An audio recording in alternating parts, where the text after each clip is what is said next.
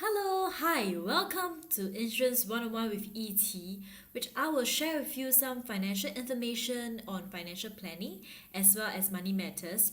So, today's video is a continuation from the financial planning pyramid. So, I just wanted to share on the most common financial portfolio nowadays. And to be honest, there is a lot of shortfall, and a lot of people are actually not aware that this combination is actually not helping them to actually do the steps properly of the financial planning stages. So let's get started. Okay, so do remember to watch the first video, okay, which is actually a continuation, which this video is actually a continuation of. So the first video is about financial planning pyramid. So let's get started.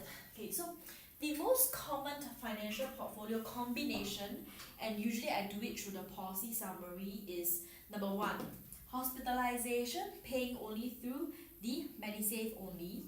So this one is something that I see sometimes, and they have this misconception that having a integrated shield plan paying using MediSave is equivalent to 100% of their bills insured, which is not true at all.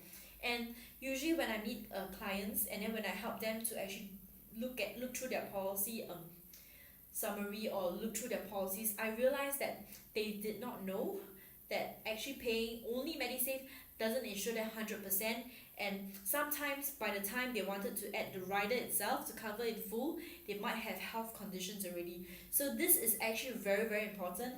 And sadly, I do meet people who have had this kind of situation.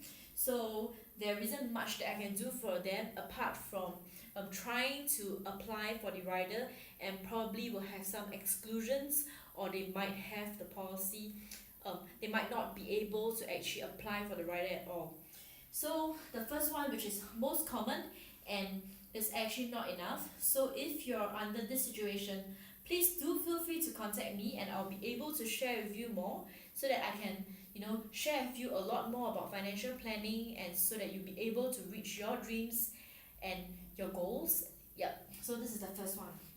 Second one is the hospitalization, paying through the MediSave and cash. So this is actually not too bad. At least you got your hospitalization bills covered, but this is not the entire spectrum of what wealth protection is about, because wealth protection actually involves about 7 parts. So hospitalization is just one part of the entire wealth protection part. Yeah, so this one is something that I always see, and people always tell me that hospitalization plan is enough, which is not true, because when you're hospitalized, your bills are covered. But what if you're unable to work due to that injury or due to that illness? Hospitalization plan won't be able to pay you any income, or it won't be able to help you to pay for your living expenses. That's why hospitalization plan is good, but it's actually not enough, because hospitalization doesn't help you to pay your loans, because when you're hospitalized, your debts still continue. Okay, you still need to pay for your loan won't get waived off just because of whatever that has happened to you. Okay, and the next one will be the endowment plans only. So to be honest with you, before I actually joined this industry, right, I only had endowment plan. And the reason being, because when I was young, I started working, so I thought that saving plans, getting a higher interest is something that I'm actually interested in. So I actually took an endowment plan. And then along the way, as I grow older, I realized that first of all, okay, when I actually bought my endowment plan, okay, the monthly contribution was too much, and I eventually actually lapsed the plan because I wasn't able to pay at that young age. Okay, and after I joined this industry, I realized that endowment plan is not the only plan. In fact, a lot of people have actually they have this misconception, thinking that endowment plan actually pays out during critical illness, because they have actually they have this misconception that the critical illness waiver, okay, for the endowment plan actually pays a lump sum when critical illness actually happen, which is actually not true. Okay, and the fourth combination, which I see, a lot of times, is endowment plan plus hospitalization. So, of course, getting endowment plan and hospitalization is good, but it's just that the steps, because at the end of the day, you need to slowly build up your financial portfolio. And if you have a lot of endowment plan and if you have a lot of endowment plan, okay, it won't help you to pay, pay for your loans or pay for your living expenses in the event if you're unable to work. Therefore, it is very important to know what proper wealth protection is about and to work it gradually up, to the different stages.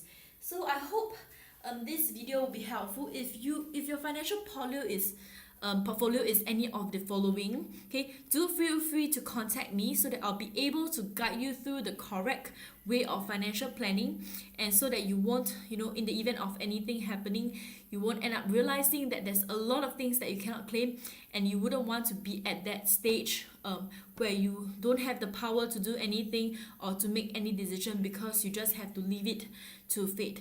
Because what I can do, I'm a financial doctor, so you need to actually, contact me before your health conditions deteriorates and when you are still healthy. So when you're healthy, you try to meet me as often as you can, because when you're unhealthy, the only thing I can do is to guide you on the claim process, and there isn't much that I can do to help you to, up your coverage, etc., because you might be deemed uninsurable already. Yeah, so that's all I wanted to share today, and if you find this video very helpful, do feel free to share with your friends, your family members, your colleagues, and I hope to be able to service you, and I hope to see you soon. Take care and have a great week. Bye!